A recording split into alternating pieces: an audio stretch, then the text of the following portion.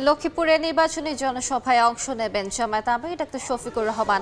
সেখানে আছেন সহকর্মী শফিক মুন্সি। সরাসরি যাচ্ছি তার কাছে।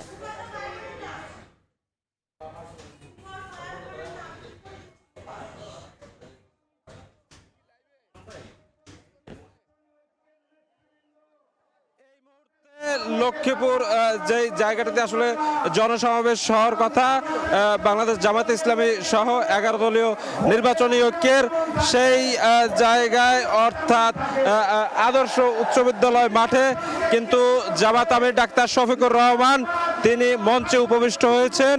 এর আগে তিনি ফেনী এবং নোয়াখালীতে তার জনসভা করেছেন।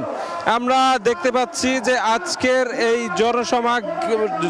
জনসমাবেশ ঘিরে লক্ষ্মীপুরের নানা বয়সী লাখো মানুষ এই জনসমাবেশ স্থলে এসেছেন এবং তারা কিন্তু এই পুরো জনসমাবেশ স্থলের যে মাঠ, সেই মাঠটি কানায় কানায় পূর্ণ করে ফেলেছেন।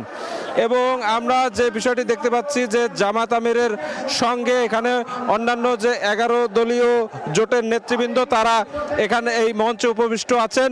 মঞ্চে আরও উপবিষ্ট আছেন যে 11 দলীয় ঐক্যের এই স্থানীয় বিভিন্ন আসনের যে সংসদ সদস্য পদপ্রার্থীরা রয়েছে।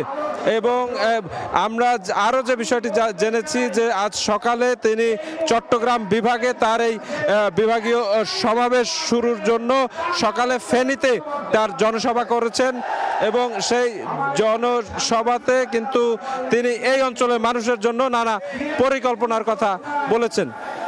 তো এই ছিল আমার কাছে লক্ষ্মীপুরে বাংলাদেশ জামায়াতে ইসলামের আমির ডাক্তার শফিকুর রহমানের যে জনসভা, সেই জনসভার ব্যাপারে সর্বশেষ তথ্য।